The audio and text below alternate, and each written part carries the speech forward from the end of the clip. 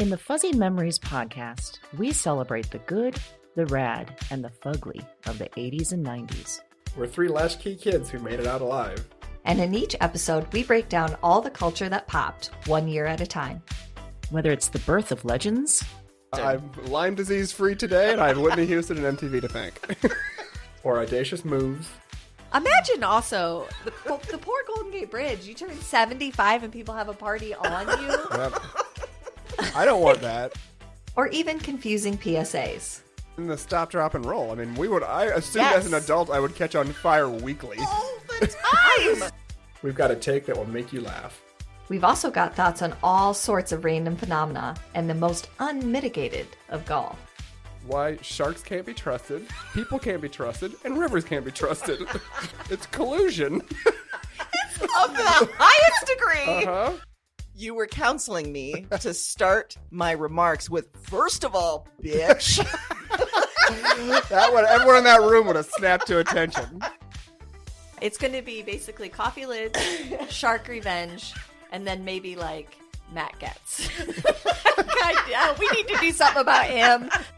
Join us every other Wednesday to celebrate the hits, the misses, and the misfits of the weirdest decades. If I could tell my 14-year-old self from 1990 that I would be eating in a Cheesecake Factory in Beverly Hills, I'd be like, we did it. We did it, Joe. We did it. Listen and subscribe to Fuzzy Memories on Apple Podcasts, Spotify, and your favorite podcast platform.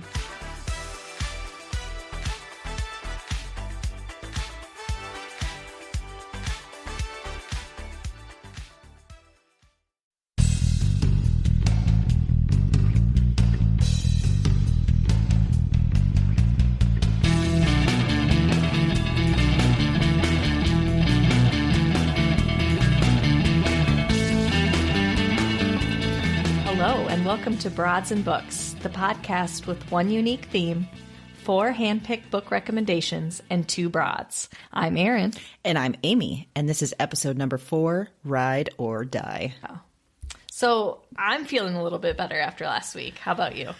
Erin, we were having some trouble. We were.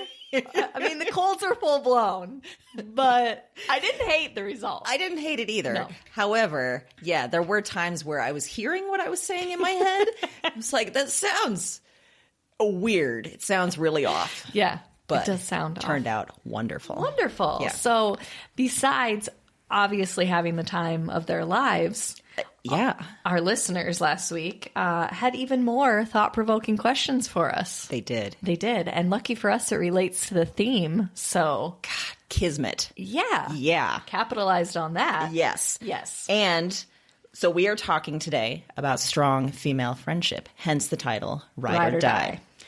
And people want to know what celebrity we wish we could be best friends with. Yeah, this was very hard to narrow down for me. Where'd you end up? I ended up with Amy Schumer. Wow. Okay. Yeah. I'm a big fan. Have been for a long time. Hilarious, which is a prerequisite for being a bestie. It has to be funny.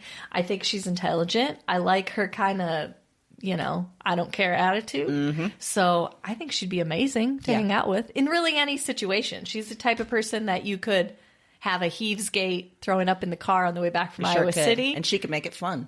Yeah. Or, have a serious conversation about, anything. World issues. Yes. Yeah. So, I feel like, well-rounded pick. I like that. Okay. I was split between either being part of a Kate McKinnon, Adie Bryant trio. Oh, yeah. Right? Uh-huh. Or Amy Poehler. I mean, both were on my list as well. But we both chose Amy's. Yeah. Oh. I will say that's not necessarily something special because the year I was born, it was the number 2 most popular name in the world or America. I'm not sure which one in the world. Not much difference, right? I mean, I imagine probably America. I'm going to go with yeah. So yes. So both of them being named Amy isn't necessarily, well, I mean, we'll take it anyway. But anyway, yes. Yeah. The point was, Okay, Kate McKinnon, Aidy Bryant, both of them brilliant. I think the three of us together, we would get some shit done. Oh, I believe it. Yeah. Then Amy Poehler, I mean, come on. Oh, yeah. Again, like Amy Schumer, she can hang. She is super intelligent. She's very ballsy. She's broad. She is broad. Yeah. She's had her hand in a lot of great TV shows, too. Has. Yeah. Yeah. So I can see that as being a great pick. I agree. Yeah. Kate McKinnon was on my list, too, because that just seems like a great time. Erin and I both really liked the movie The Spy Who Dumped Me with Kate McKinnon and Mila Kunis. And yeah, I mean, international espionage, dying, all that kind of stuff, but still having a hell of a good time. Great time. Yeah. Yeah. Oh, absolutely. Yep. So yeah, that was definitely on my list. So the other thing that listeners brought up besides who we would want to be friends with is they're interested to know how we met. Oh, yeah. Everyone get ready for the story. So here's where I was starting from. Okay. Well, both of us. Okay, so we were both members of a local writing group, and this local writing group put on a retreat, an annual retreat in in the autumn, and in what seemed like an abandoned hotel. It wasn't, but it kind of felt that way. Felt murdery. Because it was off season, and so we had the run of the place. But there was a presentation during this event, and two things to know about me. One, I get real pissed off at people who are being disrespectful when people are presenting. One way of being disrespectful is rummaging around in a bag of chips, putting some on your plate, eating them very loud, and then going back to rummage for more from the bag of chips. Put them on a plate, eat them really loud. Continue, rinse and repeat. That's one thing to know about me. The second thing is that I have a shit poker face. Like, there's just no hiding what I'm feeling. In fact, I work remotely for my company, which is probably why I've kept my job. Because people see the looks on my face, they're going to boot me real fast. Yeah. So those two things are things to know. And then maybe, what'd you think, Erin? Well, so in this story, also what you should know about me is the same two things. Particularly the food one. It's really hard for me. Yep. Let's grab 10 chips, put them on a plate, eat them, get up, go get some more chips. Yeah. Yeah, other chips. Right, like more the chips. chips that I already had on my table. Right. Not enough. Let's not worry about the people who are presenting. Right. And doing a pretty good job. Yes. And I was enthralled. I was watching this presentation, and my blood pressure was hitting the top because all I could hear was this chip crunching. Yeah. That kind of sounded fun. That was it? That Yeah. was not. That was not it. So naturally, I'm a little bit in shock. And I start to look around the room like, is this happening? And at that point, I saw one other person who was as annoyed as I was with the chip fiasco. Filled with rage, letting it be known on my face. As much as I thought I was keeping it in, You weren't. I was not. No. No. Your face was a dead giveaway. But I'm glad, because from that point on, I knew Yeah. that you were going to be my ride or die. That's right. Erin told me later, she said she saw the look on my face and she's like, that one right there. She's going to be my ride or die. I need to know that one because she's infuriated by these chips as well. But really, who eats chips in a presentation? Exactly. And grabs them one by one, pretty much. Yes. Yeah. In the crinkliest bag in the history of bags. Yes. So listeners, the moral of this story is, first, don't do that. No. Second, again, don't do that. Third, if you see someone who also cannot, keep their face in check, that person's going to be pretty cool. Ride or die right there. Ride or die. Grab it up. Yep. So that's how we met. Yeah. And that was, a couple years ago now? It was, Yeah. Yeah. And then, what was it, like 6 months ago? Erin had the idea, hey, Amy, let's do a podcast. Yes. And I was like, in all the way. Yeah. Yeah. I mean, I really didn't have to tell her much. I don't even think she knew what it was about. No, she was I already in. It's like, that's fine. If I had come back with 1800s dress styles, multiple episodes. We could talk about that. I mean, let's talk about corsets for a while. All right. Yeah. Yeah. See, Or this maybe- is what I'm saying about a ride or die. Exactly. In all the Following way. where you lead. you know? Yeah, I appreciate that. You got it, Erin? Yes. All right. Yes. Should we talk about some books now? Since Yes. that is what we decided to talk we about, should. not Victorian dresses and corsets. No, I know nothing about that. No, I don't either, except that apparently you can't really breathe when you wear that stuff. Yeah. So, not cool. No, not cool at all. Yeah. So, that's a good way to dive into stories about female friendship. Yeah. Should I go first, Erin? Yeah, do it. Okay. Yeah. All right. So I want to say first that it was kind of hard to find stuff about this, which I reached out to Erin like about a week ago. I was like, are you having a hard time? And she's like, yes, I am actually. And it seems like maybe it's because in a lot of books, women are sort of pitted against one another, you know, their competition. Outside books, reality shows, ladies at each other's throats, not really thinking about or not really focusing on the friendships. Yep. But when they do, it's glorious. Dynamic. Yes. And that doesn't stop us broads. We don't stop at a challenge. No. We take that challenge I and we was like, say, oh no. Yeah. Yeah. This is too important of a topic. Too I will important. not let it go. Dog with a bone or rude lady with chips. Damn you, rude lady with chips. So, what I chose was a book called Stray City by Chelsea Johnson. This was published in 2017. And this is set in the late 1990s in Portland, Oregon, before Portland became sort of Portland, Portlandia type Portland, right? And Andrea is 23. She's an artist. She's a lesbian. And she's kind of a self-proclaimed refugee from her strict rural Catholic family from Nebraska. And the plot is really unique because Andrea's broken up with her girlfriend, and she's drunk, she's in pain. She hooks up with a guy. This guy's name is Ryan. And it's something that she keeps secret because, you know, being a lesbian is part of her identity. It's part of this group that she has found and really become part of. And in her and her friends' minds, bisexuality doesn't really exist. So it's, you know, fraught with stuff. And she keeps developing this friendship, this sexual relationship, and she gets pregnant. Oh. And she decides to keep it, which sets off a whole series of events. So I loved so much about this book. I love the timepiece. I love the music about it. In fact, Chelsea Johnson set up a Spotify playlist of her favorite songs around this. It was amazing. Cool. Fantastic. And it's filled with all these weirdos and artsy folks, just my jam all the way. Yeah.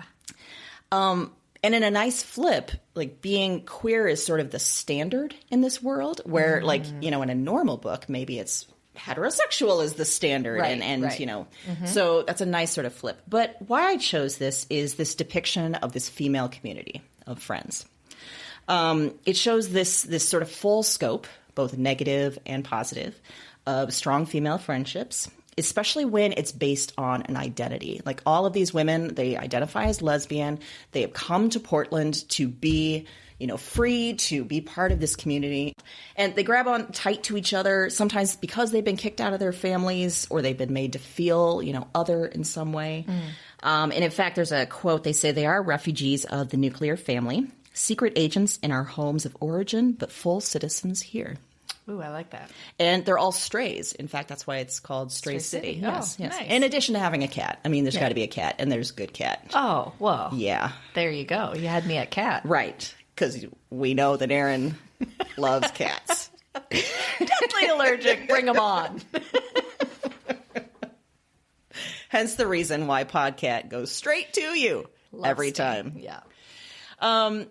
So because they've defined themselves as outsiders, when Andrea experiences this relationship with Ryan, it sort of throws her friendships into question. You know, and the question becomes then who really is with her for her as a friendship and who is with her for convenience, for this identity.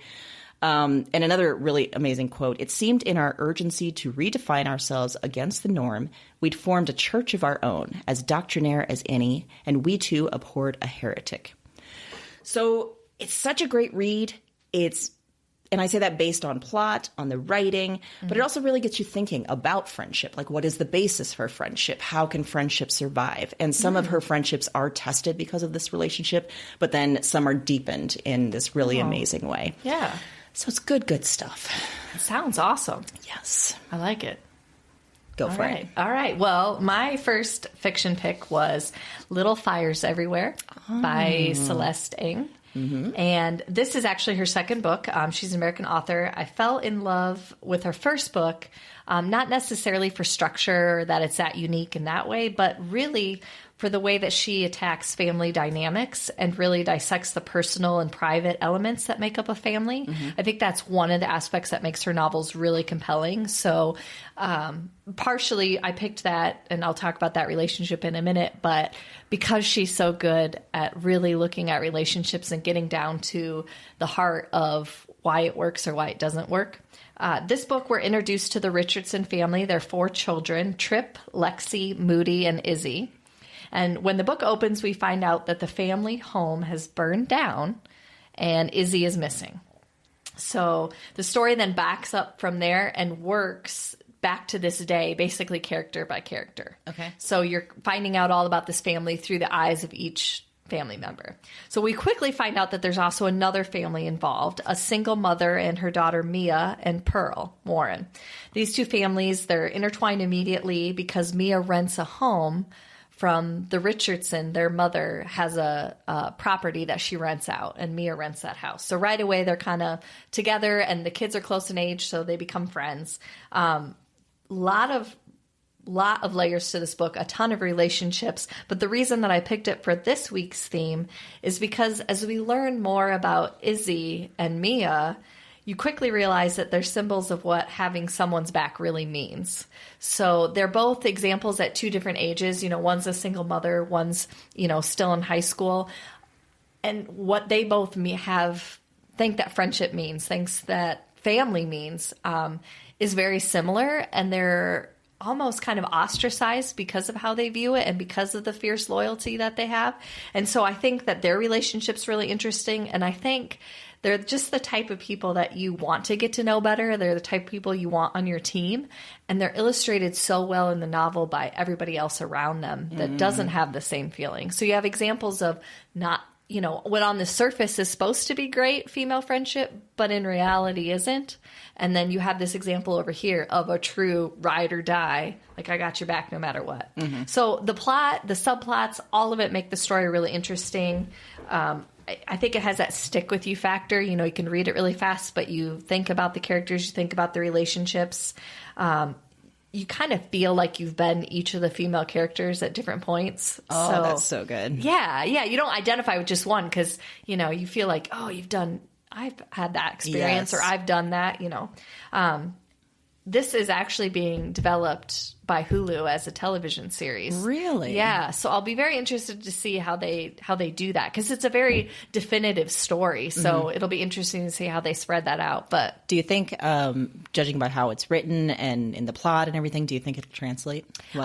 I do. Yeah. I think that you're kind of telling a universal story, right? The friendship, relationships, what works, what doesn't. It's something, obviously, we struggle to find examples. I think it's people struggle to write about it sometimes, but when it's done well, man, it's magic. Absolutely. So, I loved this book. I thought it was fantastic. I think it's definitely worth a read. And even just for the plot, you'll like the story. But I think there's a really great message there about female friendship. About ride or die. Ride or die. Yeah.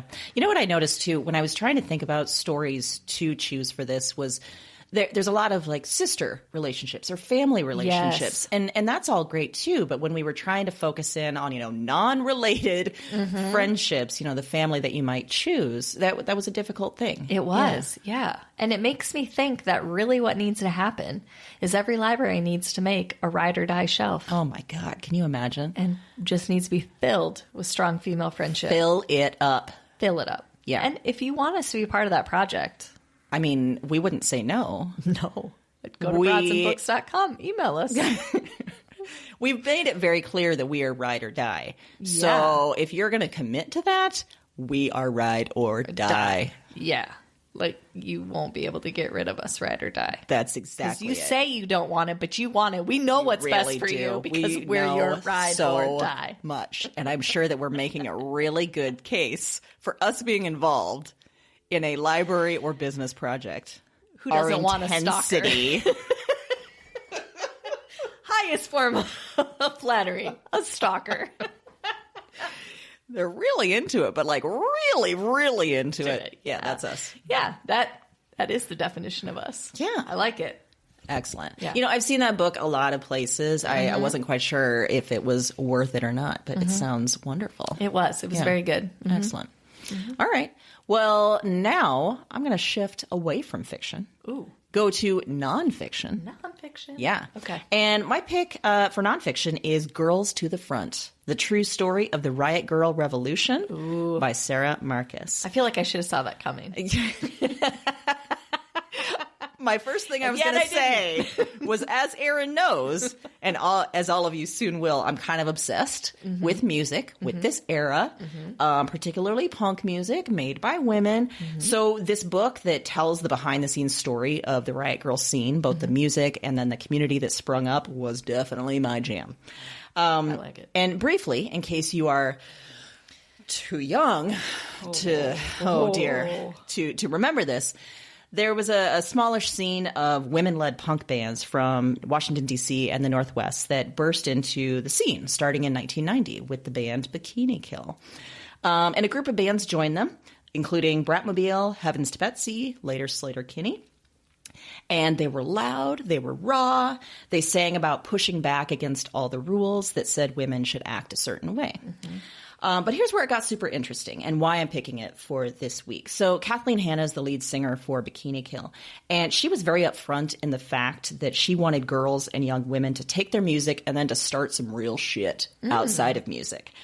She wrote zines, calling out all the bogus crap laid on women. Some of the best things are where she would take magazine ads and, cut out images of women and then draw, stupid things around the slogans. Cool. Yeah, fantastic. And she encouraged the girls listening to her and attending shows to write their own zines, to take their own, messages out, to talk about these tough things. And in fact, at shows, she called girls to the front of the stage, hence the title of this book, and made a safe space for them to enjoy the music as friends, as comrades, as fans. And so this book talks about the music scene, but also what happened next. All these groups of girls around the country coming together into groups that were loosely known as Riot Girl.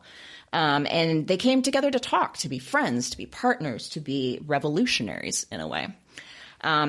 Girls, kind of like what we said, girls are taught to see each other sometimes as competition, to fight against each other for some sort of resources. Right. And Riot Girl, these groups, they encouraged girls to lean on one another, to lift one another up, to be friends, and to remember what it's like to be a girl before all the shit that the world lays on your shoulders. I won't spoil, what happens, especially if you're not quite sure, about this scene. But it's also fascinating to see how the media treated these friendships. And the book really gets into that. Interesting. How immediately they saw this scene, they saw this sort of fad that they named it, right? And they pounced on it, but also started pitting girls in little chapters against one another. So playing out this whole dynamic across the media. So it became this just terrible, terrible thing. The book is done so well. Sarah Marcus takes on this huge historical topic, does a ton of research, and creates this really highly readable book, an account of this time. And I think it's going to appeal to music lovers, to historical buffs, to young and old women, and to men. Men's. Get in on this. Men's. Read this book. Learn about the music of the time and what your historical men's did wrong. Yeah. Learn from it. I like it. I like how you made men an already plural word, a double plural word. That's how I roll. I love it. Yeah. I love it because I'm your ride or die. It's never going to get old. No. Maybe for the people listening. They're like, Jesus Christ. Stop saying ride or die. We get it already. You're so clever. We are. Yeah. Thank you for saying it. Yeah. We agree. I know. I see your sarcasm and raise you sincerity. Oh, boy. Yeah. Erin, wow. what you got? Well, you maybe should have saw this coming from my earlier comment. Yeah. But my book choice is The Girl with the Lower Back Tattoo. Oh, God. By Amy Schumer. I should have seen this coming. Yeah, I was not thinking. I apologize. You know, actually the two things happened independently and then I was like, oops. Or was it oops? Kind of like how I chose 2 books dealing with the 90s and the music scene. Oh boy. Was that an oops? I don't Well, know. You'll never maybe. know. So this is a series of essays written by Schumer that's combined together as a memoir. They are hilarious, and they range in topics from her childhood to what she would like said at her funeral. And you know that I love a good humor essay. I love humor in all of its forms. You do. Yes. And she's fantastic at that and never shies away from who she is. But I think what is fantastic about this book is that she really strikes a chord between poignant storytelling and hilarious anecdotes. Like, she's able to put humor in situations that are crushing and very much a part of who she is, but in a way that makes you feel closer to her. Not like she's not, trying to keep it surface level like some people do with humor. She really is using it as a way to bring you into her life. And so it's a really interesting read. It's a really quick read. And you can read them all independently of each other. Each of the essays meant, you learn things about her that come up in other essays, but you could, flip around if you wanted to, if you didn't want to read it all in a row. And really, you have to buy it just for the title because... Yeah. Genius. So the reason that I picked it for Strong Female Friendships is because Schumer does a great job in this book of recognizing and giving credit to women who have helped shape her, particularly in her career. She expresses her want to have more and more women excel in comedy and be given the same access and opportunities as their male counterparts. And she gives a lot of personal examples of people that helped her and where she kind of learned how to differentiate that. Like, how are you a female in this really male-dominated world, and how do you make a space for yourself, but still be true to who you are? Right. Not give in to what they want. So, I had a weird sense of pride as a woman when I finished her book, which is, That's fantastic. Yeah, and you don't really often associate that with her, but yeah, you feel like, yes, she's one of us, like this camaraderie with her. So obviously, I feel like we're best friends now. So, obviously. I think you might be. I think we are. Yeah. She might not know it, but I did send her that half of my best friend necklace, so maybe. So it could go either way. Either I get the half back or restraining order. And really, both are a sign of friendship. You don't take a restraining order and just accept that. Like, we're best friends. No, yeah, absolutely. Yeah. No. Yeah, I will fight back because I'm your ride or die. So why would you do that?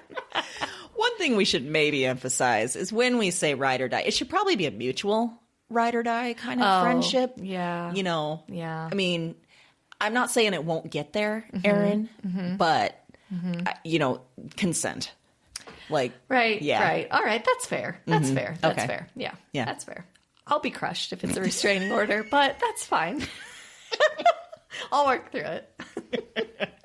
I also listened to this book as an audiobook after I read it. Oh, was it her reading it? Okay. Yeah, and it was her reading it, and honestly, whole different experience. Really? Yeah, it just brought a whole nother level of entertainment to it because she knew the stories, so she was great at telling them. And she's a great storyteller anyway. Yeah. So that's another, if you maybe don't feel like reading it, I would recommend it as an audiobook. Fantastic. So help with a little car trip if you got one coming up. I do like that. Even watching Inside Amy Schumer, I would sort of get a sense that she was bringing her friends in, and often at the end of like the season, she would have Bridget Everett come in and do her thing. So it's really cool to hear that she's prizing that female friendship. Yeah. You can tell it's important to her, and she thinks a lot about her mark, and she doesn't take her success lightly. Like, what am I going to do with this? It's not just about the fact that she's made it. She's achieved some of her goals. She's obviously making great amounts of money. It's also about what can I do in this industry to help other people, and how can I bring more women to the forefront because they're hilarious. God, love her even more. I know. You should. Yeah. She's fantastic. Maybe I'll send her a best friend locket too, and then she'll have to choose.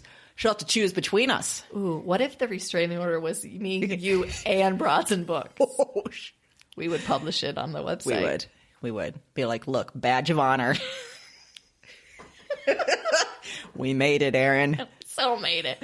Gosh, I don't know. That could go either way. Oh, boy. It could put a, damper in some of our plans, or it could not. It could blow us up in ways that we don't even know. Yeah, right? I mean... You know what? We'll just ride it out. I tried to do something else with the that looked real painful, too. Did not work. I want to blame the cold, and it's not there.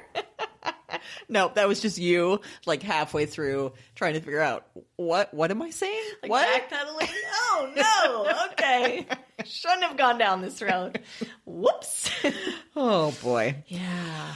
Okay. Well, amazing. I haven't read that one. I wasn't quite sure if I was interested or not. I didn't know it was all essays, too. I thought it was going to be a memoir, and I'm sort of suspicious of people that are, like, our age that are doing memoirs. I'm like, come on. Already? Yeah. No, yeah. It's definitely sold that way, and the essays all kind of culminate, but there's different topics, and the way she covers each one is it's unique and it's comedic in its own right. So yeah, it didn't have that same feeling of like, I've lived my life. And and now I shall die because I'm done.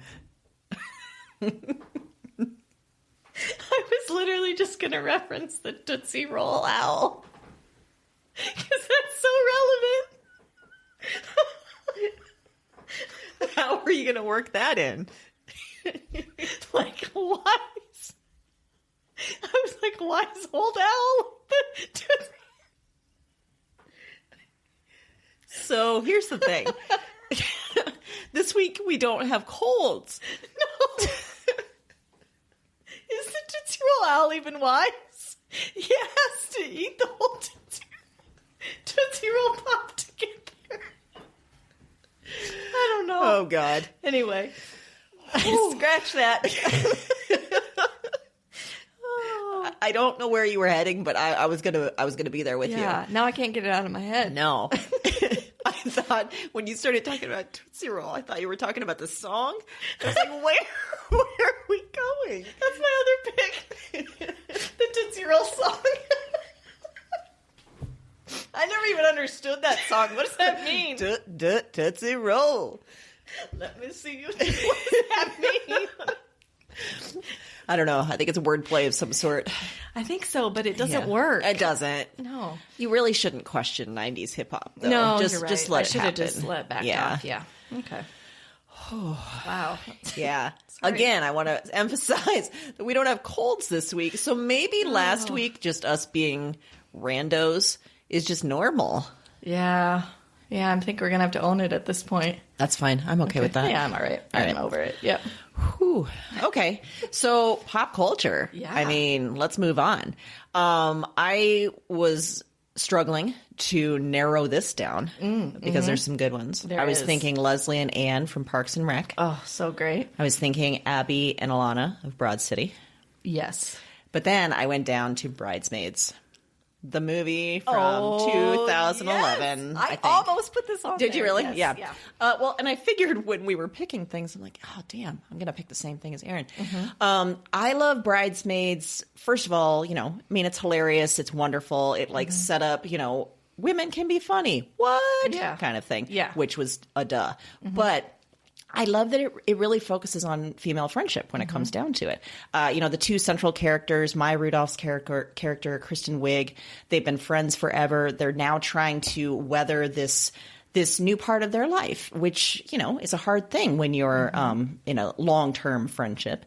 And Kristen Wiig's character is struggling. Maya Rudolph's character is not struggling. She's like having, it's going opposite ends. Then there's Rose Byrne as the competition, the competing friend. Yeah. So I think it delves into, what happens when friendships either you come to an impasse of some sort. You have to either ride or die or you have to, break up, I guess, for lack of a better word. And I like, too, how, as much as Melissa McCarthy's character was noted for her hilarity, which is granted and very, very true. I do like how she was kind of the one that kind of encapsulated, I think, the message of the movie, that Kristen Wiig's character is so down on herself. She thinks all of her friends have left her when really, Melissa McCarthy It's right there Right with her there. 6 puppies that she stole. Overcommitted. On the puppies. Overcommitted. I'm regretting this choice. Yeah. So I love so much about this movie. Like I said, all the funny moments, but really when it boils down to the friendship, that's where it can be touching and very, very powerful.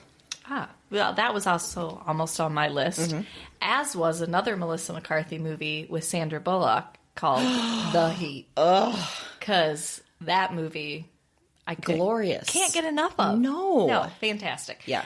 So that, I thought of Parks and Rec as well, Broad City, but I ended up, this is going to be a random one for you. Ooh. Yeah. I ended up with a music group called the Pistol Annies. What in the what? Yep. It's a country music group made up of Miranda Lambert, Ashley Monroe, and Angelina Presley. So they first performed at the Country Music Awards. They all had their own careers, but they got together. They performed in 2011. And since then, whenever their careers kind of allow for it, they record albums together and release it as this group. But the whole basis is like these 3 women, no apologies, we're friends, we put these songs together.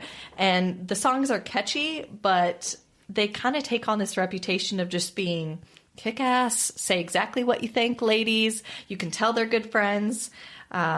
Wouldn't surprise me if they released a song called Ride or Die, because that's the impression that you get about it. So my favorite song, they have a new album that just came out, which is why it was top of mind for me, is the album is called Interstate Gospel. But my favorite song on it is called I Got My Name Changed Back. Which is really a hilarious take on a woman scorned who says, wait a minute, I don't feel like myself. And the first step to getting that back is I'm going to get my name changed back. Love it. It is so great. The writing is terrific in that song. So you could listen to it like 17 times in a row. Not that I did. I don't think that's a real, statement that you didn't. No, I did it 25 times in a row. I that sounds more like it. Loved it. Excellent. Okay. Man, you took us in a whole new direction. Yeah. A band. I know. A music group. Which is weird for me. That's usually your category. I know. I'm feeling like I got to step it up next time and really Well, and one of their first songs that they got popular for was called Hell on Heels. Love it. So great. Yeah. Okay. Yeah. I can't say I'm much of a country fan, but I may have to listen to that. Yeah. Yeah. Even just that got my name changed back. Yeah. Worth I mean, it. just the name of it. Okay. I'm in. Pretty good. Yeah. So that's my example of another way that we see strong female friendship is this, Fantastic. forming a group just because you want to, releasing more songs that are awesome, and there you go. I like, too, that I think both of our picks, and even the ones that we didn't pick, it's all about women being friends, but also being creative together and creating something different, creating something new. You know, whether it was the movie, whether it was the band, whether it was some of these shows. I love watching women do their thing. Yes. And be smart and funny and So great. keep Never those get tired friendships. of it. Yeah. Never get tired of it. Never. So maybe on our library shelf, we could have a movie and CD section as well. Fantastic. I wonder if some of the kids will be like, what's that CD? What is that? Oh, yeah. CD was kind of dating myself, huh? That's okay. I was going to care. go cassette tape. Yeah. Mixtape of strong Yes.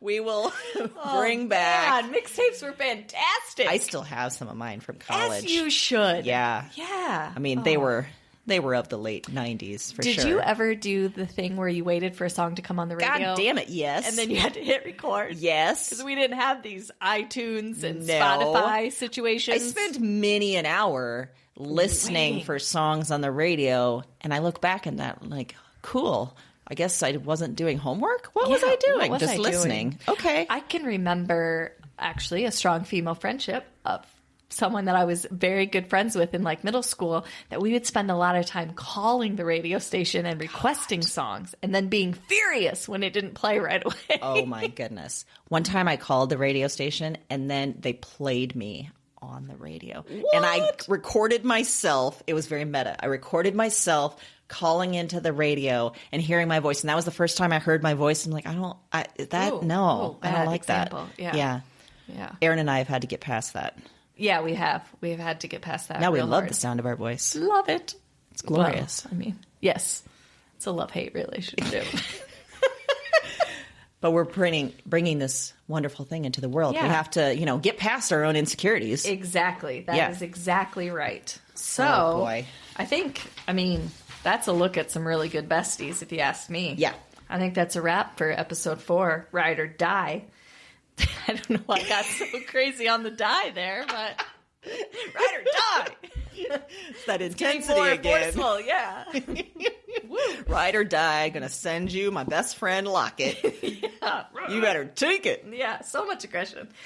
You can look forward to another great episode dropping next Wednesday and every Wednesday on whatever platform you use to listen to podcasts. You bet. And in the meantime, you can head to our website, www.broadsandbooks.com, to check out all the recommendations we made in this episode, as well as one bonus pick. Mm-hmm. Each episode will pick one extra pick that's only available on our website. Mm-hmm. You can also check out our Twitter, Facebook, or Instagram to give us feedback and let us know items you might want to hear us talk about in future episodes. Or questions you want us to answer, because that's delightful. Bring it. We love the questions. Love it. Things get revealed. Yes. Peeling back the layers. Oh, so many layers. Mm-hmm. Or if you're the creative type and you have a great idea for a future theme or episode, let us know that too. You can find links to all of the social media accounts that Erin mentioned and our email at broadsandbooks.com. And if you like what you hear and you want to shout it from the streets, you should do that. Yeah, please do that. But then what I need you to do is go write it as a glowing review. Oh, that's right. Shouting from the streets probably won't do much. No, it doesn't translate into ratings. Damn it. Go write a review. Whether you use iTunes, Google Podcasts, Stitcher, wherever you get it, give us a rating. The more ratings we get, the easier it is for others to find us. So be a pal or a bestie and get the word out. And go ahead and go out into the street and also scream. do that. Yeah, I mean, yeah. And if you do that, videotape yourself, send it to us, because you'll be our best friend after that. You'll be a ride or die. That's right. We are excited to hear from you and excited to be back every week. Until next time, that is it for us. Happy reading.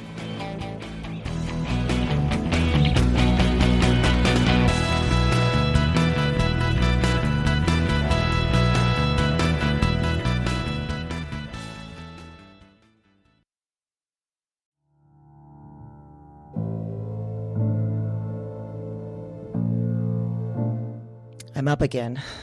Same night, another dream. Before trying this recording thing, I didn't remember much of anything of these dreams. I didn't remember much from any of the women. And one night of doing this, and it's broken things open. The dreams they're in me, and they're coming out of me, and... To me, I am not broken. I am the most whole, most real. Cause their despair. I wait for the word. Witch. Look at the mad woman in her cage. She was a woman with holes inside her. That was the heaviest factor, the final evidence, the heart of the issue. Somehow, you understand this. You hear me. Wherever you are, whatever this is, you... This isn't a dream journal anymore. It's not. It's just fact. Because now this is some sort of record. What are these dreams? Maybe there's a better question. Who are these women?